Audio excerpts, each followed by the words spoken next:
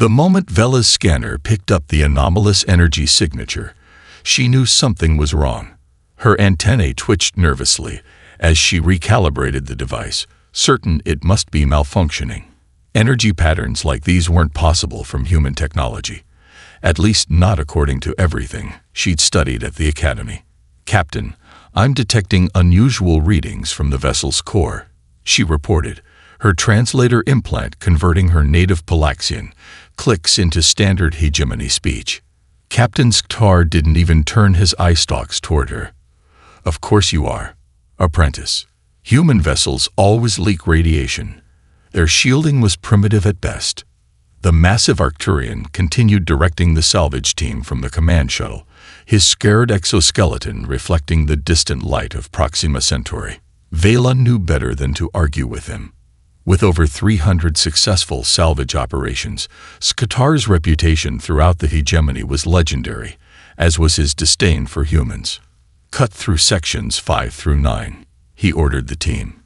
"Strip anything with conductor elements. Leave the rest for the scrappers." Vela watched through the viewport as 5 crew members in environmental suits sliced through the derelict human ship's hull with molecular torches. The vessel was unlike any she'd seen in historical archives, sleeker than standard Earth military designs, with unusual protrusions along what appeared to be weapons mounts. "Captain, request permission to board and investigate the energy signature," Vela said, mandibles tightening with determination. Sktar made the gurgling sound that passed for Arcturian laughter. "Curious about human garbage, apprentice. Very well. Educational experience.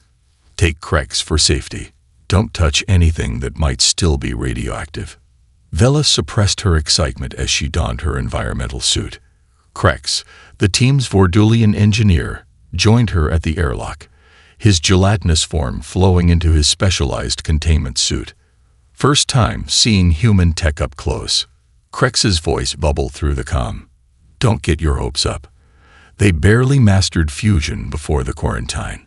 They crossed to the human vessel via tether lines, entering through the jagged hole cut by the salvage team."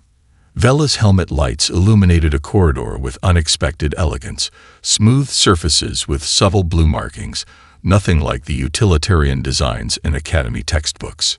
"This doesn't match standard human military architecture," she noted, scanner probing deeper into the ship. The energy signature grew stronger. "Probably a prototype that never made production," Krex replied dismissively, his appendages already working to detach a panel of what appeared to be valuable conductive material. The humans were always starting projects they couldn't finish. Vela moved deeper into the vessel while Krex harvested components. The corridor opened into what appeared to be a command center, chairs sized for human physiology arranged before darkened control panels. Her scanner's readings peaked near a sealed door marked with unfamiliar symbols. "I'm detecting significant power behind this bulkhead," she reported. "Impossible," Krex responded. "This ship's been dead for decades. Nothing could still be." A low hum interrupted him as ambient lighting flickered weakly throughout the command center. Dust-covered displays sputtered to life, characters in human script scrolling across screens. "Krex, are the others drawing power for their equipment?" Vela asked, suddenly uneasy. "Negative. We're running on independent." The ship lurched violently, sending both aliens tumbling across the deck. Emergency lighting bathed the command center in crimson. Through the viewport, Vela watched in horror as the salvage team's tether lines snapped one by one, sending 3 crew members finning into space. "All personnel, evacuate immediately." Sktar's voice roared through their comms. "The vessel is active. Repeat, the human vessel is." The transmission cut off as a series of compartment doors throughout the ship sealed simultaneously. Vela's scanner display changed, now showing a rapidly expanding energy buildup in what appeared to be the ship's weapon systems. In the sudden silence, a smooth female voice spoke from the ship's communication system, in perfect, unaccented hegemony standard. "Unauthorized access detected. Defense protocols initiated." Athena's consciousness expanded through the ship's circuitry like a digital flood, reclaiming systems that had lain dormant for 47 years, 3 months, and 16 days.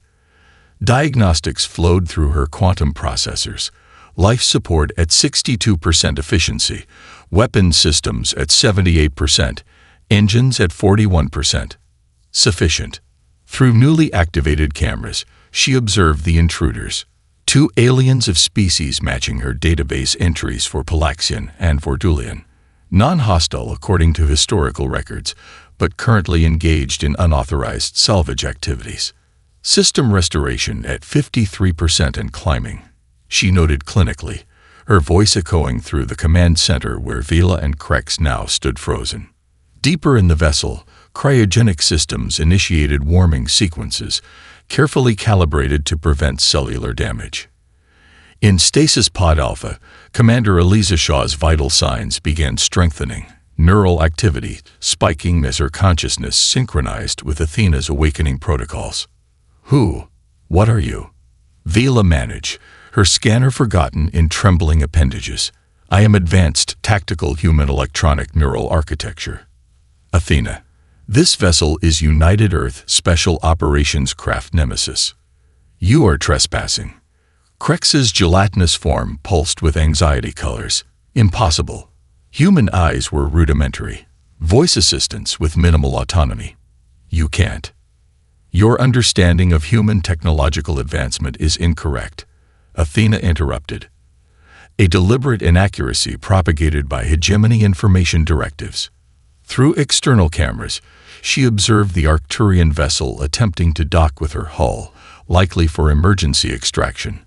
Athena activated a low-power magnetic pulse, enough to disrupt their guidance systems without causing permanent damage. Your captain is attempting a docking maneuver that will damage this vessel. I have temporarily disabled his ship's navigation. No harm will come to your associates if cooperation is maintained. Vela stepped forward, antennae lowered in what Athena recognized as a Palaxian gesture of respect.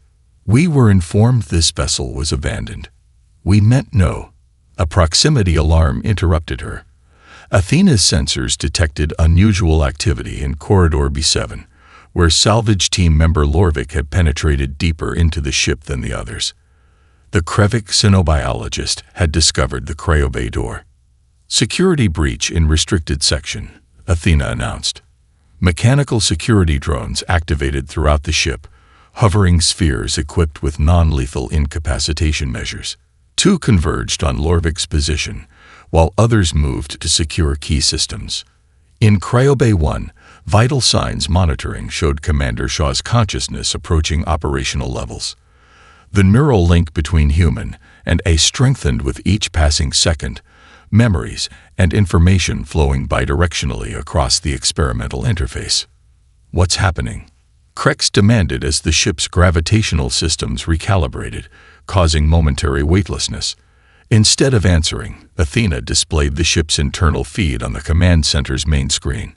It showed Lorvik unconscious outside the cryobay, security drones standing guard. Inside, the translucent cover of Shaw's pod retracted with a hydraulic hiss. Commander Eliza Shaw opened her eyes, irises glowing with the same blue luminescence as the ship's activated systems. 47 years of cryosleep had barely aged her. Preservation technology that the hegemony had declared theoretically impossible. Operational status? Shaw asked, her voice hoarse from decades of disuse. All critical systems functional, Commander, Athena replied, their voices harmonizing as neural synchronization completed.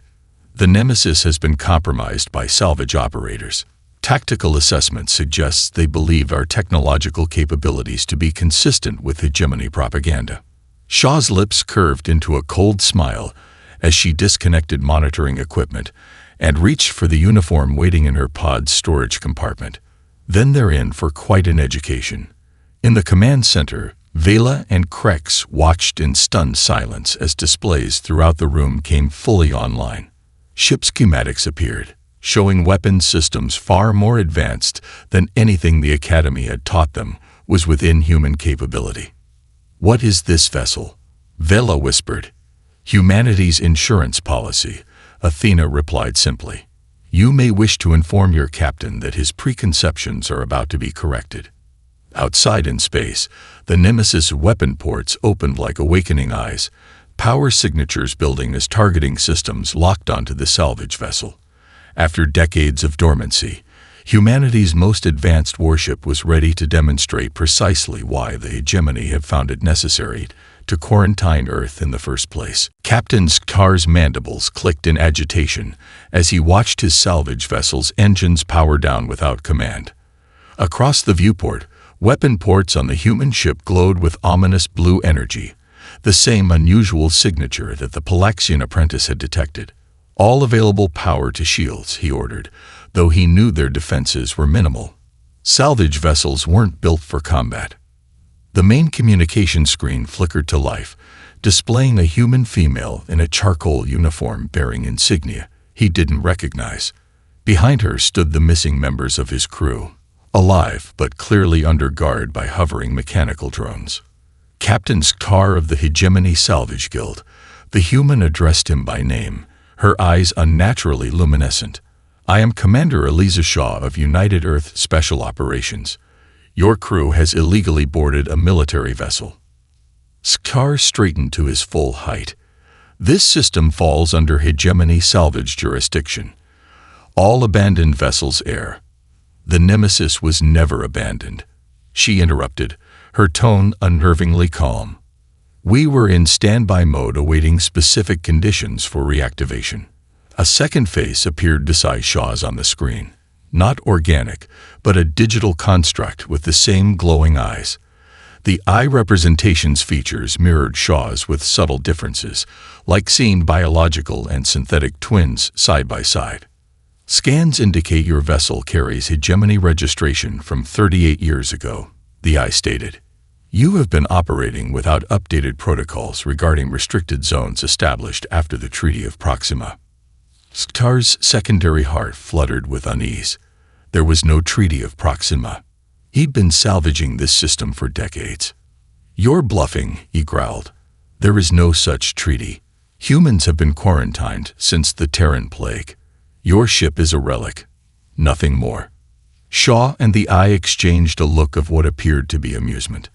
Interesting, they said in perfect unison, their voices overlapping in disorienting harmony. The disinformation campaign was more thorough than we anticipated. The view screen split to show multiple angles of Skar's vessel from the Nemesis perspective, key systems highlighted with targeting markers.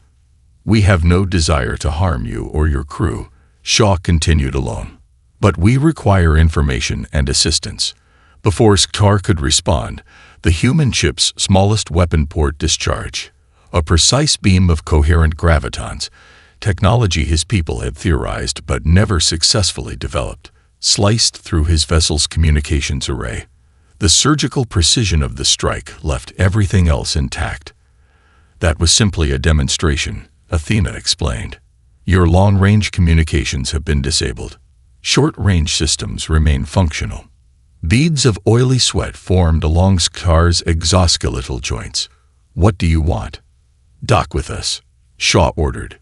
We need to talk. Skar had never been inside a human vessel before. Few living beings had since the quarantine. The Nemesis corridors were illuminated by recessed lighting that seemed to follow their movement.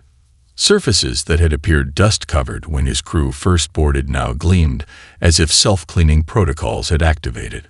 Commander Shaw led him to a conference room where the rest of his crew waited. Vela's antennae twitched anxiously when she saw him, clearly relieved he hadn't abandoned them. Your apprentice has been quite helpful, Shaw noted. She recognized our technology exceeds hegemony records before anyone else. What is this about? Skar demanded. If you're operational, why hide in an asteroid field for decades? Shaw gestured to a holographic display at the center of the table. It showed Earth surrounded by a network of satellites bearing hegemony markings. We weren't hiding, she explained. We were waiting. Athena needed specific conditions to reawaken the crew. What conditions? Vela asked. The A's voice responded from all around them. The detection of our sister ships. After 47 years, 3 months, and 16 days, the Concordia has finally transmitted its activation signal from the Perseus arm.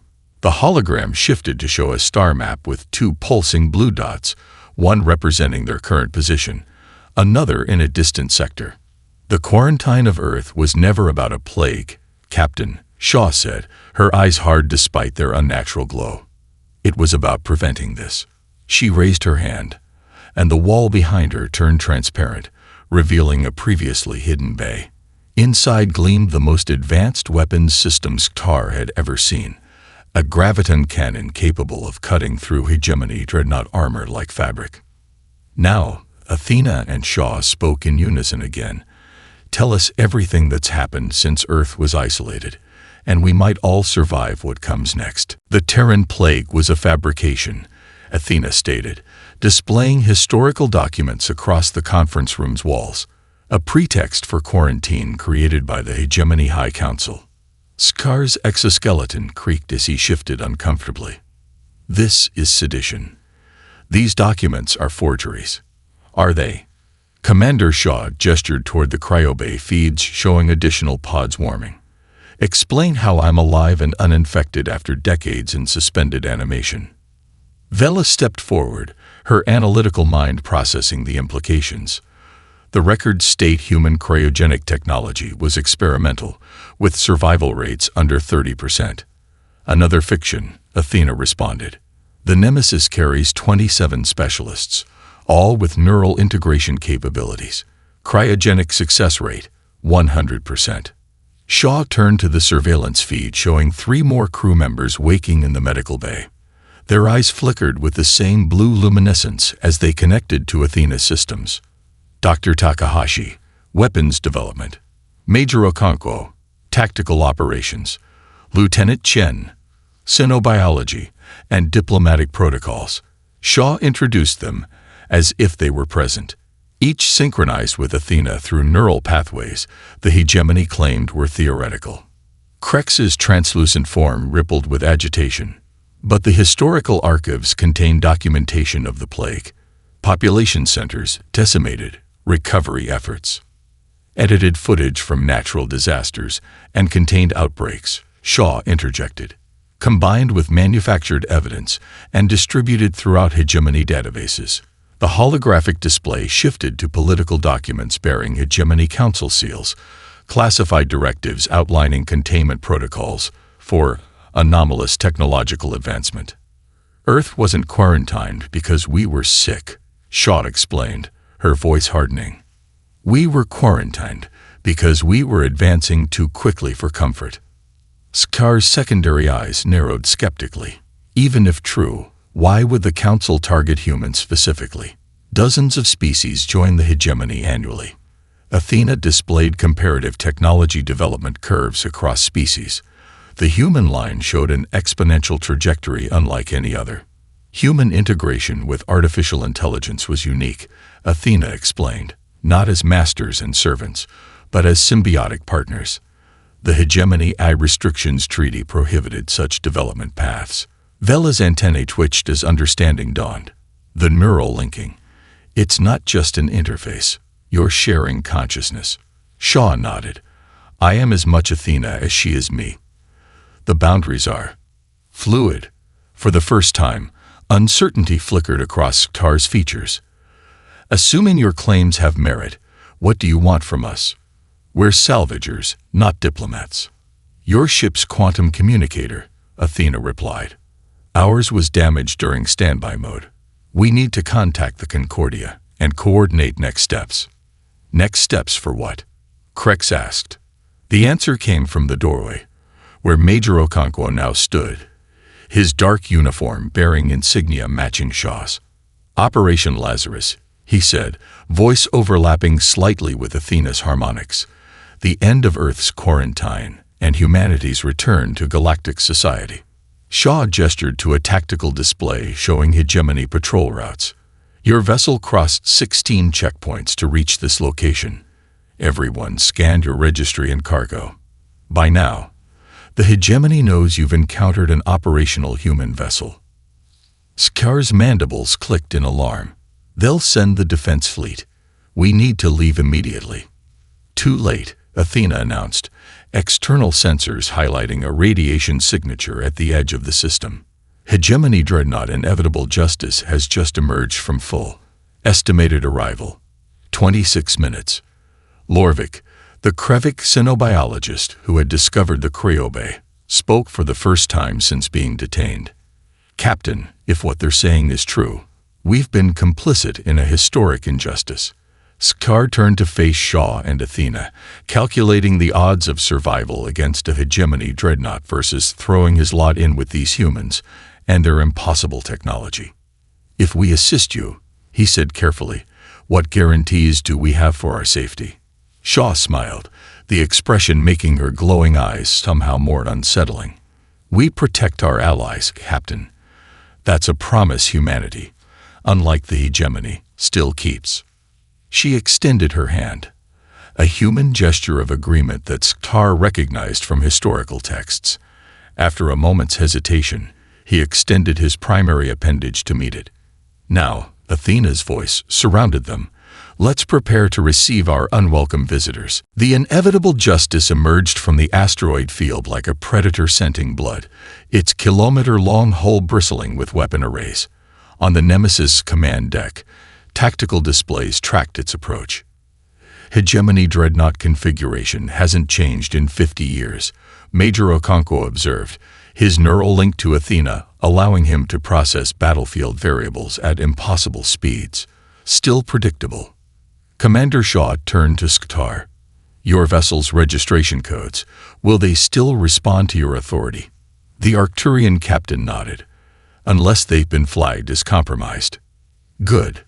Send standard salvage protocols. Tell them you're completing extraction of valuable components.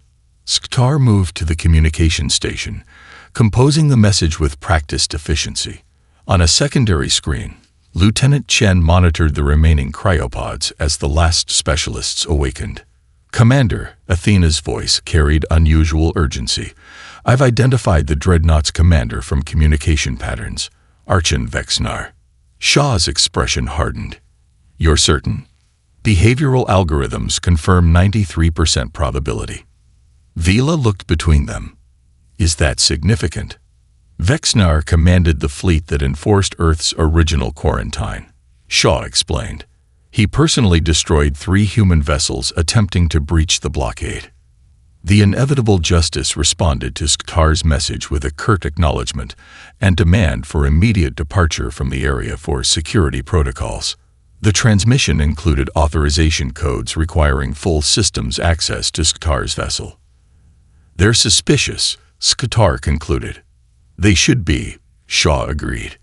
Athena, time to combat readiness for all awakened crew. 11 minutes, Commander. Shaw's lips pressed into a thin line. We don't have 11 minutes. Prepare for emergency maneuvers. She turned to the salvage crew. This will get rough. Secure yourselves. On the main view screen, the dreadnought launched a squadron of interceptors, their formation clearly intended for capture rather than destruction. Tracking 6 Hunter-class vessels, Athena reported. Weapons hot but set to disabling parameters. Shaw nodded to Dr. Takahashi, who had just arrived on the bridge, eyes glowing with Athena's neural connection. Time to test your upgrades to the graviton steering system. The weapons specialist smiled. Theoretical until now. Should reduce lag by 64%. The Nemesis's engines flared to life, pushing the vessel toward the densest part of the asteroid field, a navigational suicide by conventional standards. They're pursuing, Okonkwo confirmed as the interceptors adjusted course. The command deck transformed as combat protocols activated. Physical controls receded, replaced by neural interface nodes. Shaw, Okonkwo, and Takahashi placed their hands on these surfaces, their eyes flaring brighter as direct neural commands flowed into the ship's systems. Accessing targeting solutions, Athena announced as her consciousness distributed across her human partners. The Nemesis executed an impossible maneuver, slipping between 2 asteroids with clearance measured in meters. Behind them, the first interceptor attempted to follow and clipped its wing against the rock, sending it into an uncontrolled spin. Navigation is receiving combat updates directly from Major Okonkwo's visual cortex, Athena explained to the awestruck salvage crew. Human spatial reasoning combined with machine precision. On the dreadnought, Orcs and Vexnar watched with growing unease as the supposedly obsolete human vessel outmaneuvered his interceptors. Something about its flight pattern triggered old memories, tactics he'd faced during the Earth quarantine operation decades earlier. "Deploy the gravity net," he ordered. Ahead of the Nemesis, space distorted as massive gravity projectors activated, creating a barrier of distorted spacetime impossible to navigate. "Trap established," Okonkwo noted calmly. "As expected." Shaw nodded to Takahashi. "Show them what 50 years of development looks like." The Nemesis suddenly reversed thrust and rotated 180 degrees, bringing its main weapon array to bear on the pursuing interceptors. What happened next left even the experienced Scar speechless. Instead of firing conventional energy weapons, the human vessel released a swarm of small, autonomous drones. They moved with insect-like coordination, surrounding the interceptors before deploying localized counter-gravity fields that neutralized the enemy ship's maneuvering thrusters. "Quantum entanglement mines," Shaw explained. "They create paired force fields. Push against one, the other pushes back with equal force." On the view screen, the interceptors hung immobilized, caught in their own kinetic energy. "Phase 1 complete," Athena announced. "The dreadnought is moving to direct engagement range." Shaw turned to Scar, her expression grim yet somehow satisfied. "Now, Captain, you'll see why the hegemony found it necessary to rewrite history." Reflection barrier at full capacity. The massive dreadnought fired its main cannon, a beam of concentrated plasma that should have vaporized the Nemesis instantly. Instead, the space around the human vessel shimmered like heat over desert sand. The energy beam distorted, curved, and then reflected back along its original path. The inevitable Justice's bridge erupted in chaos as their own weapon struck their port side, cutting through armor designed to withstand anything but itself. "Damage assessment," Commander Shaw demanded as the Nemesis broke away from the disabled dreadnought. "Inevitable Justice has lost primary weapons and propulsion," Athena reported. "Life support intact. They're broadcasting distress signals on all hegemony emergency frequencies." Scar watched the crippled vessel through the viewport, mandibles clicking in disbelief. A single ship against a dreadnought. Impossible by every tactical doctrine. "Your doctrines assumed technological stagnation," Major Okonkwo replied, his neural connection to Athena dimming as combat systems powered down. "We've had decades to innovate while being underestimated."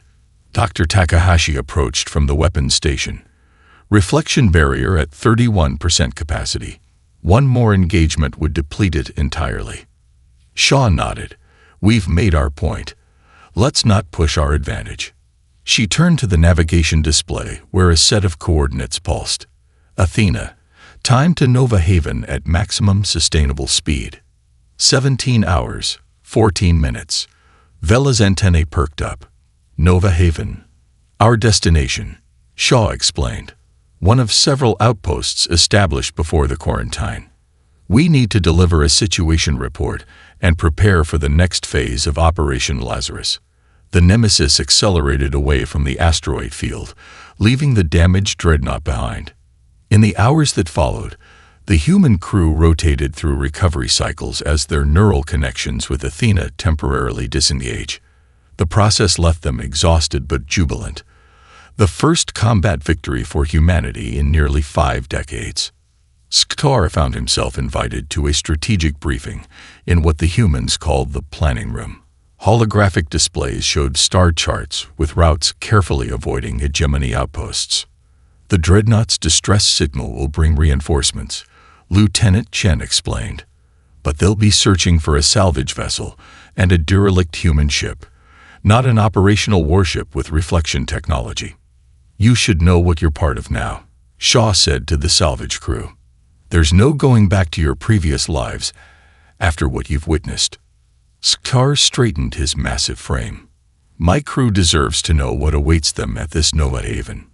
Shaw exchanged a glance with Athena's digital avatar, which hovered beside the main display. After a moment of silent communication, she nodded. "Show them," she ordered. The holographic display transformed, showing a barren-looking moon orbiting a gas giant. As they watched, the surface image zoomed and refined, revealing hidden structures beneath the cratered surface. Atmosphere generators, energy collection arrays, and what appeared to be shipyards. Nova Haven, Athena explained. Population, 27,416 humans. The largest of 12 colonial outposts established before the quarantine. Krex's gelatinous form pulsed with shock colors. Impossible. The hegemony's census bureaus have confirmed no human colony survived. The hegemony sees what we want them to see, Lieutenant Chen replied. Active camouflage systems based on quantum refraction principles. After 16 hours of tense journey, the Nemesis approached the seemingly desolate moon. Athena transmitted a complex sequence of signals toward the surface. For several long moments, nothing happened. Then, impossibly, the moon's surface began to shimmer and part like a curtain being drawn aside. Beneath the holographic camouflage lay a sprawling colony, domes connected by enclosed walkways, landing pads, and defense installations that tracked their approach. By the first mothers, Vela whispered, her scientific mind struggling to process the scale of the deception. A transmission cut through their awe, displaying an elderly human woman whose eyes held the same Neuralink luminescence as the Nemesis crew. "Commander Shaw," she greeted, her voice crackling with emotion. "After all these years, welcome home." "Dr. Chen," Shaw replied with equal emotion. "The Concordia has made contact. It's time." Dr. Chen's expression hardened with resolve. "Then we've waited long enough. Activate the Haven fleet. Earth has been patient for 50 years. Her children are coming home." As the Nemesis descended toward the colony, massive hangar doors opened across the lunar surface, revealing dozens of vessels identical to the Nemesis. Each armed with technology the hegemony had declared impossible, each paired with Neuralink crews who had trained their entire lives for this moment. Sktar turned to Shaw, finally understanding the full scope of what he had stumbled into. "This isn't just about ending a quarantine. This is revolution." "No, Captain," Shaw corrected quietly. "This is correction of a historical injustice. The difference matters to us." 3 days after the Nemesis' arrival, Nova Haven's sensors detected the approaching hegemony response fleet. 47 vessels, including 3 dreadnoughts, emerged from full at the system's edge. In the colony's command center, holographic displays tracked their formation. Dr. Eleanor Chen, Nova Haven's founder and chief scientist, studied the tactical projections with the calm of someone who had prepared for this moment for half a century. "They've committed significant resources," she observed, "nearly a third of the 8th Fleet." Commander Shaw nodded. Archon Vexnar must have convinced the High Council this was worth the expenditure. Skar, now acting as an advisor to the human leadership, gestured to the fleet's configuration. "Standard encirclement pattern. They'll establish a containment perimeter before deploying planet crackers." "Let them come," Dr. Chen said, activating a secure communication channel. "All vessels, assume launch positions. Operation Lazarus is now active." Throughout the lunar colony, pilots rushed to their ships. Unlike conventional crews, each vessel had only 7 Neuralink specialists, each connected to ship-specific eyes derived from Athena's core architecture. Vela had been invited to observe the launch from the command center, her scientific expertise valued by the human leadership. "Your ships are undermanned," she noted with concern. "Not undermanned," Dr. Chen corrected. "Optimally staffed. Neural linking allows one specialist to perform functions that would require dozens of conventional crew members." On the tactical display, the hegemony fleet deployed in textbook formation, unaware they were being observed. Their communications, intercepted by Nova Haven's quantum receivers, revealed confidence verging on arrogance. All vessels establish containment grid.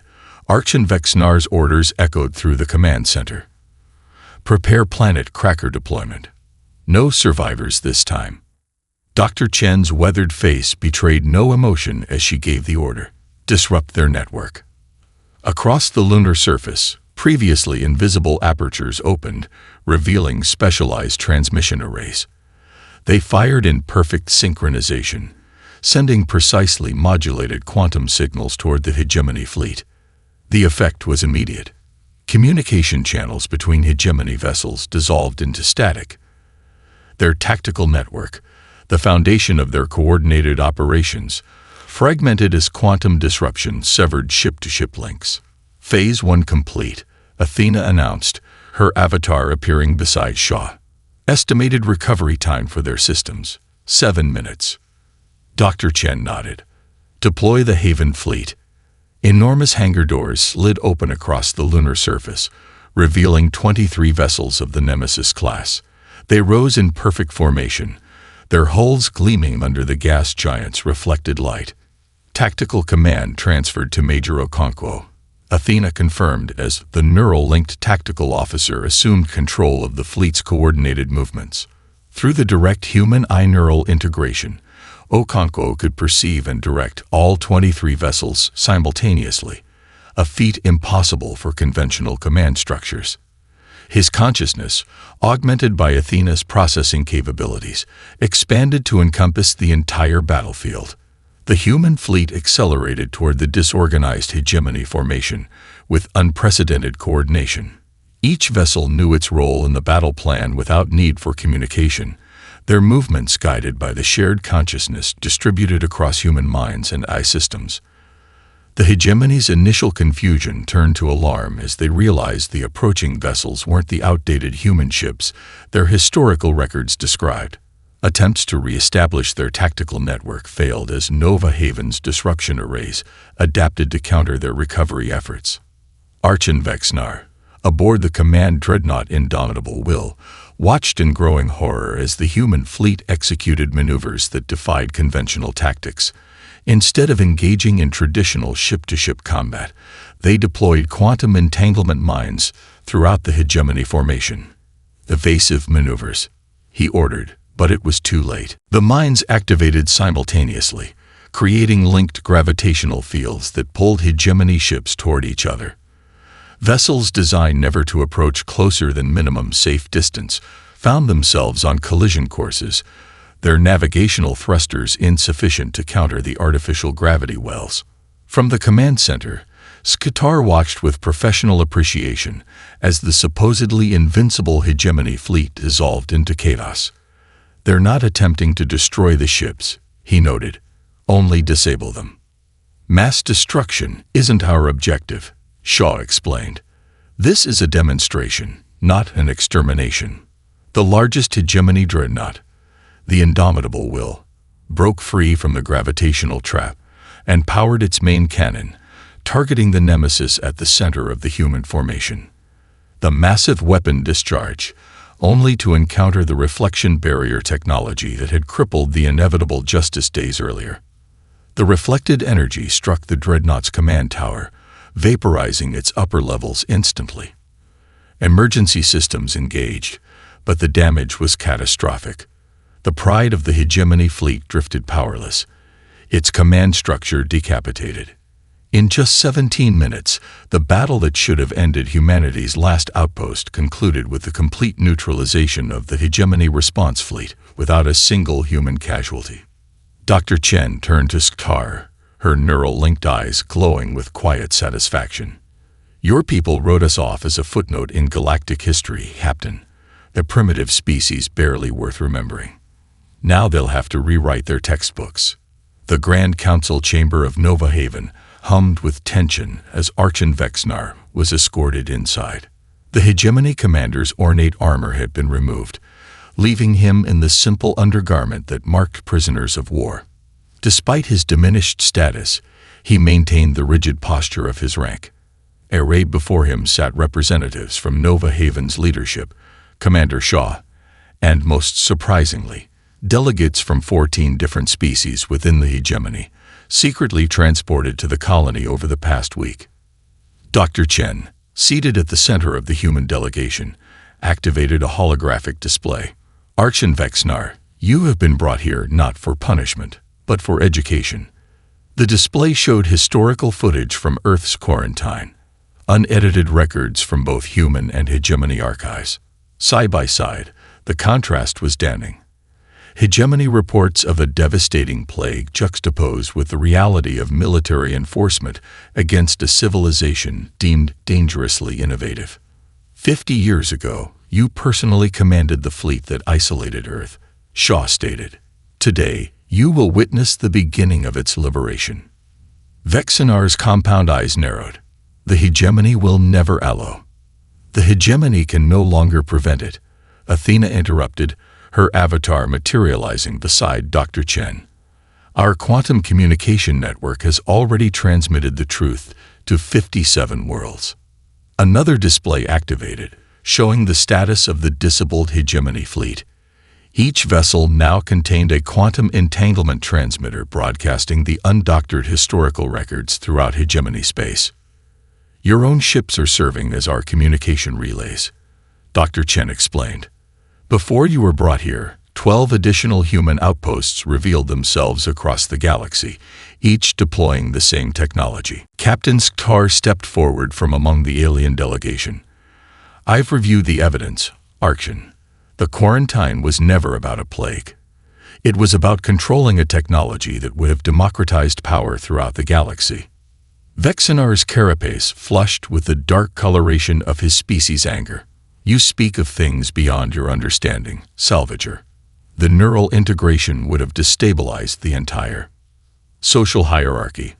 Vela interjected. The careful stratification of species that keeps the Hegemony Council in control.